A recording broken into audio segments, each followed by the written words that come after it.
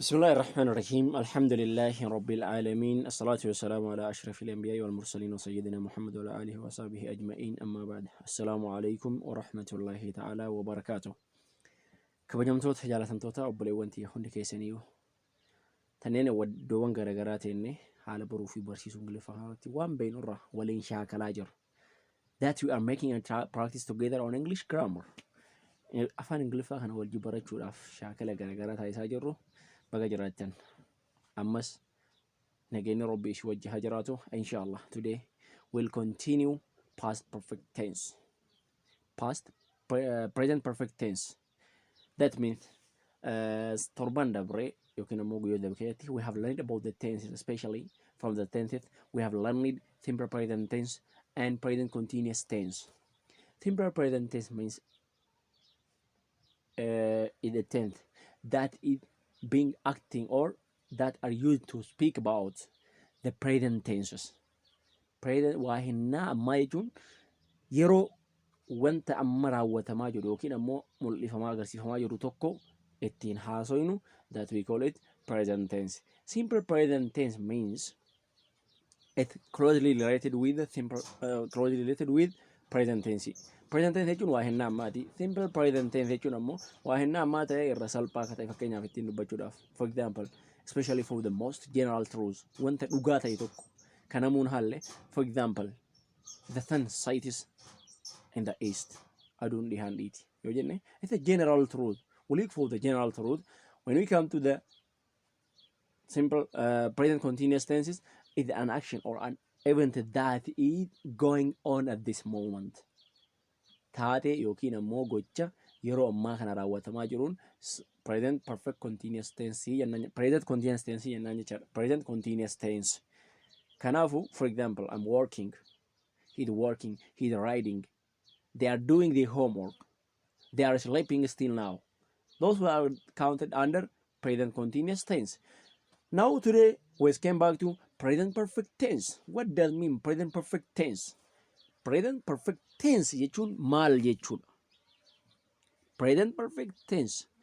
Present perfect tense kan ammaa kana ta'ee kan waan dabre ammaa walitti fidee connect godhu jechuun ni dandeenya jechaadha. Fakkeenyaaf waa hinnaa ammaa kana tokko waan ammaa tokko itti dubbattu that your idea or your hint is focused on the past action recently past wanta yeroo ammaa kana dabre irratti tensiin fayyadamnu yookiin yeroon fayyadamnu present perfect tense jennaan jechuudha.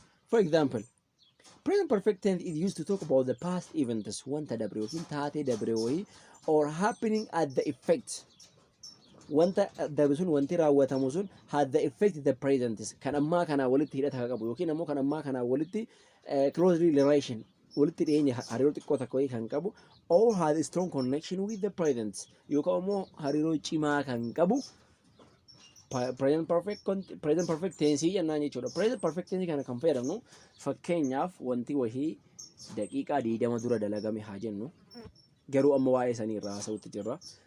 That is a recently completed action jennaan wanta yeroo ammaa kana dhumate garuu kan daqiiqaa 5 asitti illee dhumate. For example, waan ammaa tokko fixee an taa'ee harka kee dhadhaadhee taa'ee jiraadhe wanti sun waa hinnaa ammaa kana wal qabata garuu that is already completed dhumateera. The final position is here kan amma irra dhumatee yookiin ammoo kan irratti dhaabbatee bakka caafii xumura isaa dhaabannee haasaa jirra garuu present perfect tense waa hinnaa ammaa perfect sirriitti dhumate jechaadha. That's already concluded kan dhumatee jechuudha.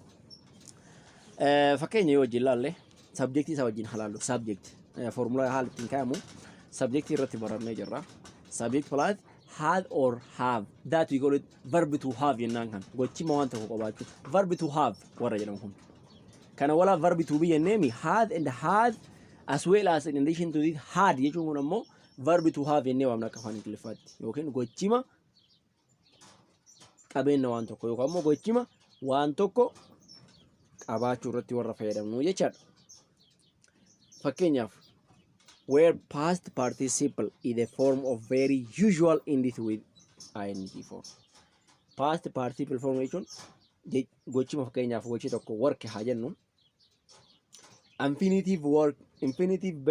infinitive of work is work mataa bu'uureen hojjechuu tokko dalaguu yoo ta'u taate hojii tokko dalaguu yoo ta'u taate kan dalaguu kana yookiin ammoo dalagame kan inni kun past participle warra jennu san jecha fakkeenyaaf dalagame yoo jenne that we call it past participle worked fi ed dabalee past participle yookiin ammoo past verbii goonaa jechuudha yookiin gochima dabre gochima waan dabre tokko ibsu gochuudhaaf ed irra dabalee for the regular verbiidhaaf ed irra dabala kanaaf haala kanaan laalla subject plus had or have or had past participle jechuun the past participle of had and have is had jenna had yookiin v tanarraa balleessinee daa itti daballee h asirratti have jennee mire h a d e goonee bakkuma haa qubee v tana d buusnee had jennaan jechuudha maaliif waan dabre tokko gochuudhaaf waan dabre tokko agarsiisuudhaaf past participle verbi present past participle warra ta'e jechuudha past participle jechuun gochima dabre waan dabre tokko kan ibsu fakkeenyaaf worked slept wanta ed daballeetaniin yookiin gochima ed daballee past participle goonuun kana jechuudha kanaaf mee fakkeenya gubbaarratti subject plus had or have or verb to have warra jenneen kana gochima waan tokko qabaachuu irratti plus past participle jechuun gochima dabre waan ibsu irratti yookiin ammoo xumurame waan tokko irratti fakkeenya dalaguu dalagame rafuu rafaniiru nyaachuu nyaataniiru waan dabre ruu jechuun nyaataniiru amma seera ingilifaatti ammoo ed itti daballa kanaaf wajji halaallu subjectiin kiyya I yoo ta'e verb to have haazii yookiin haavii fayyadamna amma haazii maaliidhaaf fayyadamna gubbatti reefuu ed nama sadaffaatiif fayyadamna jedhee verb to be keessatti verb to have keessatti ammoo asitti haazii nama sadaffaatiif fayyadamna fakkeenyaaf he has she has it has jenna nama sadaffaa yookiin isheen inni yookiin kuni jennee haazii nama sadaffaatiif fayyadamna haavii ammoo I jennee ofii fayyadamna I have you jennee you jechuun ati jechaadha you have jennaan garuu you has hin jennu I had hin jennu akka seera ingiliffaatti adda baafadha karaa biraatiin ammoo they have for plural things have fayyadamna they have jennee have fayyadamna jechuudha kanaaf haaluma kana wal qabatee let's we come to exam I jennee waan jalqabneef I have worked I am working jennee gubbaarratti simple present tense irratti garuu amma present perfect tense keessatti I have worked and dalageera already dhumateera garuu himaartaa waan daalisan and dalageera I have worked osoo bakka I kana hii ta'e oo he has worked jennaan he has yookiin it has yookiin she illee osoo taate she had jennaan nama sadaffaadhaaf for third person singular but for the plural things and for the first and for the second person we use the word have and follow it by the past participle forms past participle dhaan itti aansine follow goone hima kenna yookiin ammoo complete sentence tokko ijaarraa chadha that it is spoke about the past action or that an action that started in the past and completed right now kan ammarratti taatee jalqabamee ammarratti xumurame tokkoof raawwatame tokkoon past perfect tense jennaan jechuudha kun jalqaba raawwatameera fakkeenyaaf kaleessaa raawwatamu har'a ganamaa raawwatamu garuu sa'aatii kana dhumateera jenne that event or that action is already completed umurameera dhaabbateera jechuudha that we call it past present perfect tense jennaan jechuudha amma garuu gara fakkeenyaatti yoo kaseenu taate osoo achitti hin ta'in akkuma gubbatti isin ilaale in negative formidhaan in negative form jechuun waan tokko akkan ta'uu isaa kan argine kan mul'isu yoo ta'u taate subject plus have or have ittuma daballee plus had verb to have kana irratti maal daballa not jecha yookiin ammoo jecha negatiivummaa agarsiisu not daballa jechaadha not plus past participle form past participle fakkeenyaaf make yoo jenne made ta'a dalage dalaganiiru sleep sleeped for regular verbiidha kanaafuu ed itti daballa jechaadha verbii keenya irratti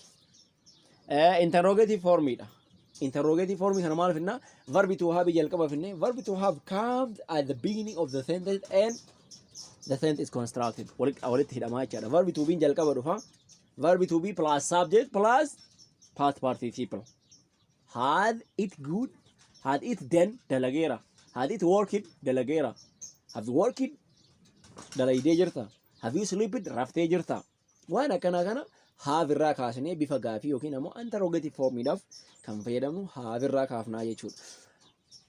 After we have seen this formula, let's come to the deep explanation of our present perfect tenses. Mee ibsa gadi fageenyaatti hojjisanii akkasuma fakkeenya illee wajjin haa fudhannu. Present perfect tense is an action that finished recently. Taatee yookiin ammoo gochima reefuma tana dhumate. Recently jechuun reefuma tana waan dhumate jechaadha. That is connected with the present. Kan ammaa kana wali qabatu fakkeenyaaf daqiiqaa 3 duraa dhumatu, daqiiqaa 2 duraa dhumatu, yookaan sakandii takka duraa dhumatu. That is recently completed or recently finished. Waa yeroo ammaa kana xumurame yookiin raawwatamee dhumate in the recent past. Reefuma tana keessatti jechaadha. Daqiiqa muraasa duratti waan ture miti. Waan ammaa kana fakkeenyaaf an nyaata dalagee jira. An mana qulqulleessee jira. An uffata koo qulqulleeffadhee jira. Kanuma jechaadha. Jira. Yani already completed. Xumurtee waan maraa lafa keettee harka kee dhadhattee taa'aa jirta. That you call it present perfect tense. Haala itti fayyadame isaa example dha wayita jillaan lokami subject plus had or have. Haadii nama dhuunfaatiif, nama sadaffaa dhuunfaatiif. Haavii ammoo mataa keetiif nama lammaffaa wajjin haasaa jirtu yookiin ammoo namoota cimdiidhaaf fayyadamnaa jechuudha. Kanaafu mee fakkeenya wajjin haallu. Maria has just made a Mexican food. Maria had just made jechuun amma reefuma tana dalagdee jechaadha. Had just made Maria jechuun itti osoo Maria shiidha. Has just made nyaata gaarii yookiin Mexican food nyaata gaarii dalagdee jirti. Already she has completed making a food. Nyaata geessuu xumurtee jirti raawwattee jirti. Nyaata isii san dhandhamee someone is giving a comment to her food. Nyaata isiitiif namni wayii yaada yookiin commentii kennaa jira. And then he said, Maria has just made Mexican food. Nyaata gaarii dalagdee jirti. It's already completed. Dalagaa jirti osoo jedhe Maria is working jenna. Garuu it complete jirti xumurteerti waan ta'e has just made complete work. Has just made a Mexican food jennee haala kanaan present perfect tense irratti waa hennaa gocha reefuma tana raawwatame yookiin recently completed or finished warra jedhame kana recently jechuun reefuma tana jechaadha. Akkasii adda baafadha. Waan finished recently finished warra reefuma tana waan dhumate. Already isin nyaata geessitee xumurtee nyaati lafa keessa kana dhandhamee namichi jechaadha. Isin geessiteerti beek. Maria has just made a Mexican food haa jedhu kun dhumarameera jechaadha. Fakkeenya itti aanu. I've just finished my dinner. I've just finished my dinner. Nyaata irbaata kee reefuma tana geesse. I've just I have jenne. I had hin jenne I have jenne beeki. I have just finished jenna. I have just finished jenna. I've just finished my dinner. Nyaata kee reefuma kana geesse. Yookiin ammoo nyaadhee xumure reefuma tana. Just finished. Isiniif hagalu. Kayitaanu. She has just left the office. Isheen gadhiistee jirti biiroo. Isheen biiroo gadhiisteerti. Yoom gadhiiste? Just amma reef daqiiqaa muraasa dur. Maybe after 5 minutes. Before 5 minutes or 2 minutes. Just in a moment. Yeroo ammaa tana keessatti gadi baatee jechaadha biiroo keessaa isin kagabbaate. We have closed the old shop. We have closed the old shop. Suuqa dullatti yookiin suuqa mooftuu teenna cufnee jirra. The old shop. We have closed. We jenne laal. We for plural thing to have fayyadamne we have closed. Past participle plural nu closed. Cufu cufeera yookiin cufneera. Nuti suuqa mooftuu cufnee jirra. Yani tazagga. Haala kanaan akkasii adda baasna. In recently closed shop. Reefuma tana waan cufame. Already cufameera. Almost maybe after 5 minutes or 1 hour. It means that the old shop was closed. Cufameera jechaadha. So ni moofaan cufameera jechaadha. Fakkeenyaaf gattaanu asirra jirra. Asirra jirra. She has done her homework. She has done her homework. She had. She jenneef haadii fayyadamna. She has done her homework. Isin hojii ishee dalaydee jirti. Yoom dalayde? In recent yeroo matan reefuma tana dalayde jechaadha. Already she has completed her homework. Hojii ofii xumurtee jirti. Hojjattee jirti. Garuu she has done her homework. Jedhee namichi tokko yookaan namni biraa yaadatti kan she has done her homework. Isin hojii ofii xumurtee jirti. Osoo xumuraa jirti jennee hoo she is completing her homework. She is completing. Maaliif present tense dha waan isin raawwataa jirtu sani she has completing jennee akkaitti present continuous tense ta'a jechaadha. Garuu present perfect tense waa hennaa reefuma tana dhumate waa hennaa yeroo ammaa kana dhumatee raawwatamee jennu kanaan have yookiin haadii fayyadamna. Had done her homework hojjettee jirti jechaadha. Kan biraa my little daughter had won first prize. My little daughter asirra jirra sorry akka isinii mul'atuufi asirra jirra. My little daughter kanarra my little daughter had won first prize in the competition. Action finished in recent one. Fakkeenyaaf namni tokko wal dorgommii wayii maal jedhanii nama my little daughter adaadaanti had won hinjifattee jirti first prize in the competition. First prize badhaafama yookiin ammoo waan jalqaba tokko gatii jalqabaa tokko hinjifattee jirti dorgommii keessatti gatii jalqabaa hinjifattee jirti. Maybe she will win the next prize. Garuu isin gatii jalqabaa yookiin ammoo raawwii jalqabaa tokko had win already isin hinjifattee jirti. Fakkeenyaaf wal dorgommii fiigichaa ta'u fiiganii wayita sarara isiin qaxxaamurtee injifachuu san argaggate he say my little daughter had win the first prize in competition. Gatii jalqabaa yookaan ammoo dorgommii jalqabaa san already she have completed. She have win. She had win. Isin mooyattee jirti injifattee jirti. Maal kan jalqabaa san jechaadha. Already baada isiin fiidee xumurtee isiin tokkoffaa booda san argeen boodatti it say my little daughter had win the first prize in competition. It an action finished recently. Waan amma tana sirriitti ija kee dura xumuramaa jiru yookaan daqiiqaa takka dura yookaan daqiiqaa lama dura yookaan maybe after before 5 minutes or 10 minutes. Actually we don't know when it complete when she had won. Yoom isin akka moo'attee jechaadha. Garuu it's recent injifatteerti. Kana fakkaata. Sagantaan keenya kanadhaa maybe it become too long baay'ee dheerachuu ni danda'a because there's more examples with these tenses. Kan biraa an action started in the past and is still happening. Kan jalqaba maali? Kan jalqaba waan tokko yeroo jalqaba duraan yookiin ammoo yeroo murtaa'e tokko dura raawwatame ammatti kan raawwatame jenne amma ammoo waa'ee maalirratti present perfect kana fayyadamna. An action that started in the past kan duraan jalqabe yookiin ammoo yeroo dabre san jalqabe and still happening now hanga ammaa kan itti fufaa jiru. Hanga ammaa kan itti fufaa jiru. Fakkeenyaaf ilaallu my brother had lived in New York. My brother had lived in New York. Still his brother is living in New York. Obboleessi kiyya New York jiraataa jira. New York jiraataa jira. Yoomirra maybe it begin up living in New York 2010. Barkuma 2010 haa ta'u. Still he is living in New York. My brother had lived in New York. Achi jiraateera. Biyya san jiraataa jira jecha has lived New Yorkin. Since ish hanga barkuma 2011 achi jiraate. My brother had lived in New York since barkuma 2011. Biyya san jiraata. Still he is living there. Achuma jiraataa jira jechuudha ammas. Still living in New York jedha duratti hintiin isaa kennamu kana fakkaata. Kan biraa I have worked here since barkuma 2011. Ani hamma barkuma 2011tti as dalageera. Still he is working in that company or that places. Bakkuma san dalagu jiraan I've worked jedha. I've worked here since waan jedheef since hanga ammaatti jechuudha. Hanga ammaatti bakkuma kana dalagaa jira. Ani hanga ammaatti bakkuma kana dalagaa jira. Hanga barkuma 2011tti. Fakkeenya bara 2011 namni tokko dhaabatee I have working here since 2011 yoo jedhe hanga ammaatti jechuudha. Still he is working here. Asuma dalagaa jira jechuudha. I have spent 2 years learning German. I have spent 2 years learning German.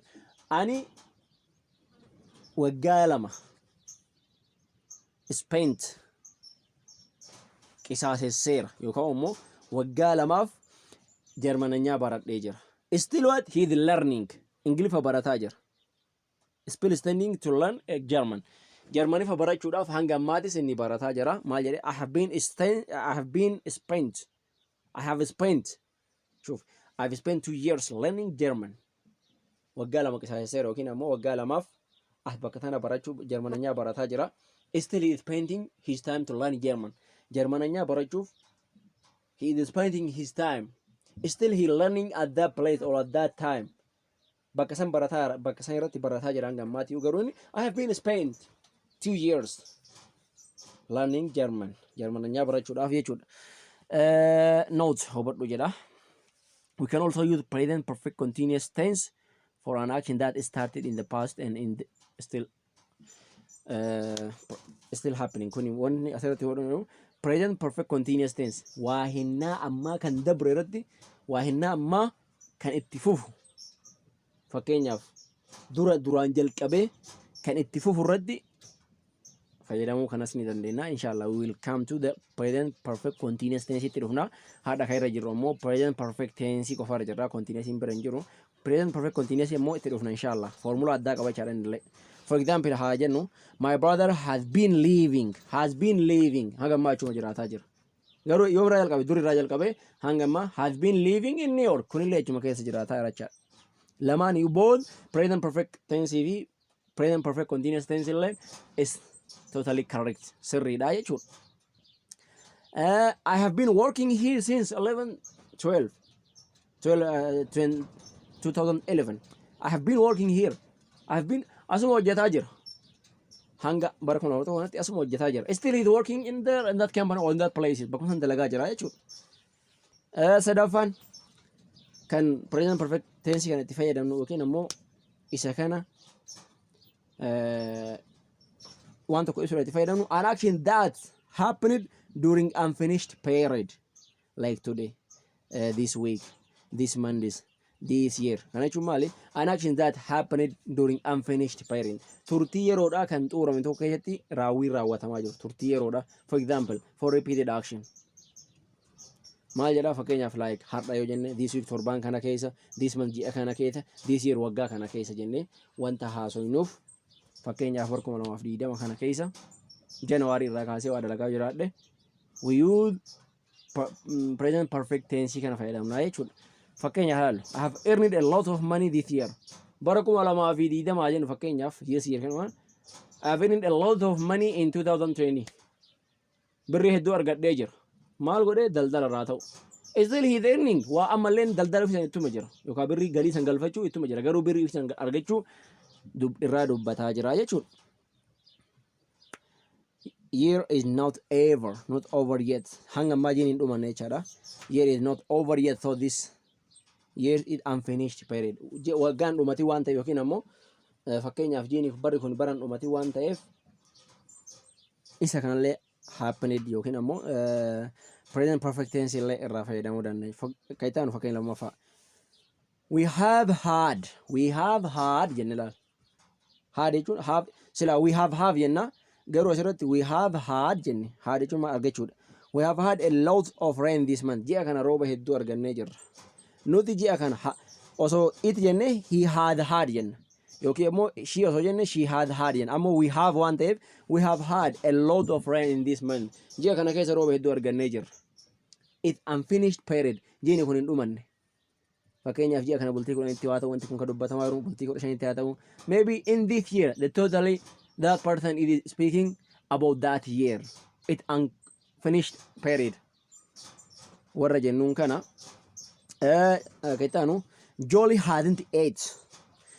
hadn't eaten anything today. Jolly hadn't eaten anything. Jolly'n har'a homa takka iyyuu hin nyaanne. Jolly hadn't eaten anything today.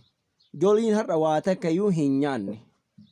Jolly hadn't or had not. Hadn't means a contractive form of had not. Jolly had not eaten anything today. Har'a ganama irraa yoo kaatee hanga ammaatti the day is continuing hin dhumanne not over yet hin geeffamne gammaan geeffamne guyyaan kun aduun hin dhiine har'a homa takka hin nyaanne. Maybe he eat after something hanga ammaatti hin nyaanne beeki. Maaliif hanga ammaatti homa faara ganama irraa kaatee hanga ammaatti hin nyaanne nyaachuu dhabuu isaa ganama irraa kaatee still he didn't eat osoo nyaateera ta'ee already completed na part perfect tense hin ta'u jechuudha. Afraffaa an action that repeated many times or for the repeating action irra deddeebiidhaan taatee ta'amu tokkoof present perfect tense kana fayyadamu. Fakkeenyaaf I have visited London for 5 times. An London marraa 5ffaaf daawwadheera. This is marraa 5ffaa ta'u garuu armaan dura yeroo garagaraatti marraa 5 London daawwatee jira. Kanaaf I have visited London for 5 times. Yeroo 5ffaaf London daawwadhee jira. That's repeated action. Actually he visited London or London. He visited London for 5 times. Yeroo shanaffaa daawwatee jira jecha. Still he will visit. Ofirraa daawwachuu danda'a. Never completed right now. Hanga ammaatti hin dhumanne jechuudha. Kan biraa immoo we have played football frequently. Irra deddeebiidhaan nuti kubbaa taphanneerra. We have played football frequently. Irra deddeebiidhaan nuti kubbaa taphannee jirra. Maybe frequently 3 times or 4 times or 20 times. Marraa fedhaa ta'u frequently irra deddeebiidhaan. Akkasii adda baafadha. Some had worked. Some jechuun maqaa namaati beeki. Some had worked with Maria many times. Some yeroo baay'ee Maariyaa wajjin hojjetee jira. Maqaa namni maqaan Sam jedhamu tokko Maariyaa wajjin yeroo baay'ee hojjeteera. Worked with Maria many times. Yeroo hedduu irra deddeebiidhaan. He had worked with Maria many times or more times and repeating. Repeatedly worked with her. Maybe in business or an organization or private work. We don't know whether working is still now. Hayooma eessa akka dalagaa jiran irraa hin beeknu garuu isaan yeroo hedduu waliin deddeebi'u isaanii had worked yen had worked foormulaa gubbaa isaanii sammuu keessan keessan dagatina had worked. Inni xumura Maikee jechuun maqaa namaati. Maikee visited the UK last year. Ji'a sadaffaa ji'a dabre Maikeen daawwatee jira last week. It means that he had visited UK 5 times. Shuuf dhagasi. Maikee visited UK last year. Daawwatee jira. Maikeen ji'a dabre waggaa dabre UK daawwatee jira. It means that he had visited UK 5 times. Kana jechuun ji'a dabalee daawwatee waan jiruuf kana jechuun it means that kana jechuun he had visited marraa shanaffaaf UK daawwatee jira jechuudha. He had visited warra jennuun kun it is the present perfect continuous tense that tells about he had visited UK 5 times. Akka inni UK marraa shanaffaa daawwate kanuu ibsu kun daawwateera already marraa shanaffaa daawwateera yookiin ganaa daawwata jedhaan jiru yookaan daawwata jedhaan jiru it's not future tense miti waa hinnaa of duraatii miti kun waa hinnaa ammatti raawwatamee marraa shanaffaa kanatti namni wajjin haasaa godhe yookaan waa'ee UK irraa haa dubbatee xumuraa jiru jechaadha. So before concluding our today's lesson, let we come to our credit. Dash. My little daughter Dash first prize in the competition. Gubbarra lalle. My little daughter had won. Hadii ta'a. She has Dash her glasses. She has Dash. She has broke ta'a. Broken ammoo is a past tense dha fayyadamna. Broken na. Maria just dash a Mexican food. Maria had made. Jenna. Afrofan dash you ever been to India? Are you da? Have you ever been? Have you da? Have you ever been to the India? Have you da? I haven't dash. I have not dashed anything since morning. I have not ate. Isa Canada. I have not eaten or eaten. I have not eaten it. I have not eaten for me past participle ta'uu qaba. Mike dash in the USA for 3 times. Not he is still living. Mike has lived. Haadii ta'a jecha. Osoo ana taate yookiin ani jedhee haafii fayyadamna. Has lived inna. The pilot dash just dash of flight to the Paris. Not an action is done recently. The pilot dash just dash of flight to the Paris. For example, has taken. Is that one? The pilot has just taken off flight to the Paris. Taken off ida. Sadetafa. Look there. Actually, Mike dash football. Mike has played. Mike is playing football. Look there one day. Simple tense ida. Mike is playing football. Easy ta'a jechuudha. Osoo look jechuu baate maybe kan biraa ta'uu danda'a. Walumaa galatti saglaffaa. Do you dash right is to talk against them? Do you have right? Jenna you also you want to have galchina kurnafa. Mike visited the USA last year. It means that dash he has visited. Kana ta'a inshallah me waan arganne wajjumaan halaallu. MashaAllah. Completely we have done 19%. Diga sagaltama dhallineerraa kun walumaatti broken isa kana ta'a broken kana ta'a jechuudha. The correct action is past participle of broken. Break broke broken warra jedhamu kana isa kanallee akkanatti adda baafachuun barbaachisaadha. Barnoonni keenya kanarraa kana fakkaata. Thank you very much. Let's we come back to you again later. Goodbye. Have a nice day.